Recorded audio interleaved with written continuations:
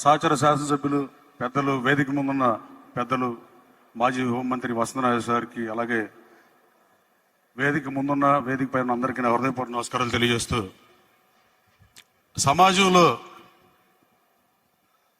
సమాజ అభివృద్ధిలో మన పాత్ర శ్లాఘనీయం అనడంలో ఏమాత్రం సందేహం లేదు. రాజకీయాలకు అతీతంగా మాట్లాడాల్సి వస్తే కల్టివేషన్ చేసినప్పుడైనా అన్ని కులాలతో కలిసి పనిచేసిన పరిస్థితి, ఎక్కడ నీరుంటే అక్కడికి వెళ్ళిన పరిస్థితి. అలాగే ఉద్యోగ ఉపాధి అవకాశాలు 1925కు ముందు కృష్ణా జిల్లా రాజమండ్రి దగ్గర నుంచి ఇటు మునుగోడు దాకా అటు పిడుగురాళ్ళ దాకా ఉన్నప్పుడు కృష్ణా జిల్లా, తర్వాత సర్కారు జిల్లాలు అయినాయి, కానీ ముందు కృష్ణా జిల్లా నుంచే 60 ఏళ్ల క్రితం అమెరికా వెళ్ళిన నాగరికత ముందుంటా కారణం డెల్టా ఉండటం.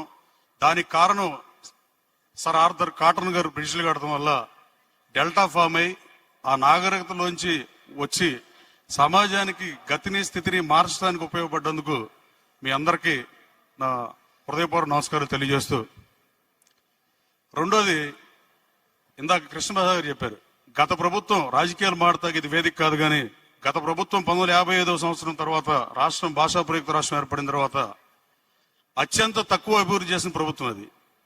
అలాగే తెలుగు భాష మీద కూడా దాడి చేసిన ప్రభుత్వం అది. అలాగే అమరావతిని కూడా నాశనం చేద్దామని చూసిన ప్రభుత్వం. మిత్రుడు మైలవరం శాసనసభ్యులు కృష్ణప్రసాద్ గారు ఇందా చెప్పినట్టుగా అది జరిగింది ఏంటంటే, ఆ రోజు ఈయన హైదరాబాద్ నుంచి వస్తా నాకు కాల్ చేశారు, వస్తున్నారా, మేము పిలిచారా, పిల్లలని పిలిచారని చెప్పా. ఒక గంట మాట్లాడుకున్నాం దాదాపు, బహుశా మీద 4 గంట 10 నిమిషాలు ఫోన్ పెద్ద మాట్లాడుకున్నాం. ఆ రోజు గంట మాట్లాడాం. ఆ అమరావతి మారుద్దాం అని చెప్పి కృష్ణా గుంటూరు జిల్లాల ఇన్ఛార్జీలు ఎమ్మెల్యేలతో మీటింగ్ అయితే, సరే నేను కృష్ణప్రసాద్ గారికి చెప్పా, నేను ఎట్టకు ఓడిపోయి ఉన్నా, నేను మాడతా, మీరు మాట్లాడొద్దు, ఆ కొడాలి అనేవాడు మంత్రి పోతే నీకు మంత్రి వచ్చే అవకాశం ఉంది, ఇది వాస్తవం, మీరు మాట్లాడొద్దు, నేను మాడతానని చెప్పా. సరే నేను మాట్లాడే ఫస్ట్. తర్వాత కృష్ణప్రసాద్ గారు నా పక్కన కూర్చున్నాడు. ఈయన మాడతాకి లెగుస్తున్నాడు, పద్దాకి ఇట్ట అంటున్నాడు. నేను అక్కడికి ఆయన చెయ్యేసా, లెగొద్దు అన్నట్టు. ఆయన బలవంతంగా లేచి మాట్లాడేశాడు. దీని తర్వాత ప్రస్తుతం అదే పార్టీలో ఉన్నాడు, కానీ మన పేరు చెప్పడానికి బాగోదు, కానీ ఇంకో శాసనసభ్యులు కూడా దీన్ని వ్యతిరేకించిన పరిస్థితి కదా. ఆయన పేరు చూడ ఆయనకి ఇబ్బంది వస్తుందని నేను చెప్పట్లా. మేము ముగ్గురు వ్యతిరేకించాం ఆ రోజు రాజధానిని. అలాగే రాజధానిని కదుపుదాం అనుకున్న మాజీ ముఖ్యమంత్రి ఎన్ని ప్రయత్నాలు చేసినా అమరావతి పట్టణం అక్కడే ఉంది.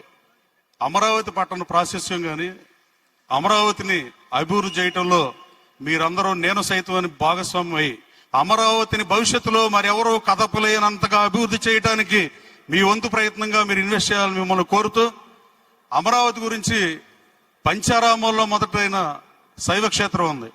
అలాగే ప్రపంచంలో ధాన్యకటక విశ్వవిద్యాలయం ఉండేదంట. చరిత్రను పరికిస్తే తక్షశిల, నలంద విశ్వవిద్యాలయానికి దీటుగా విదేశీ విద్యార్థులకు విద్యను అందించిన ప్రాంతం అది. గౌతమ బుద్ధుడు నడయాడిన నేల అది. వర్ధమానుడు సంచరించిన ప్రాంతం అది. మత సమ్మేళనానికి కేంద్రం అది. అలాంటి అమరావతిని మారుద్దాం అంటున్నారు, కానీ కుదరని పరిస్థితి. అమరావతి అజరామరం అవ్వాలంటే ముఖ్యమంత్రి గారికి కూడా నేను విజ్ఞప్తి చేస్తున్నా. ఆ రోజు అమరావతి ఓపెనింగ్ రోజు కూడా నేను ఆంధ్రజ్యోతిలో యాడిచ్చావు 5 లక్షలు 10 లక్షలు పెట్టి. ఇన్ని ప్రాశస్యాలు ఉన్న అమరావతి పట్టణాన్ని అసలు అమరావతిలో, పంచారామం ఉన్న అమరావతిలో ఈ 31 గ్రామంలో అమరావతి లేదని, అన్ని అమరావతిని ఒకే అమరావతిగా ఎల్లలు మార్చేసి మొత్తం అమరావతిగా ప్రకటిస్తే దానికి దైవబలం కూడా చేకూరుతుంది. ఇంకా రాబోయే కాలంలో ఎవడో అమరావతిని టచ్ చేయలేడు.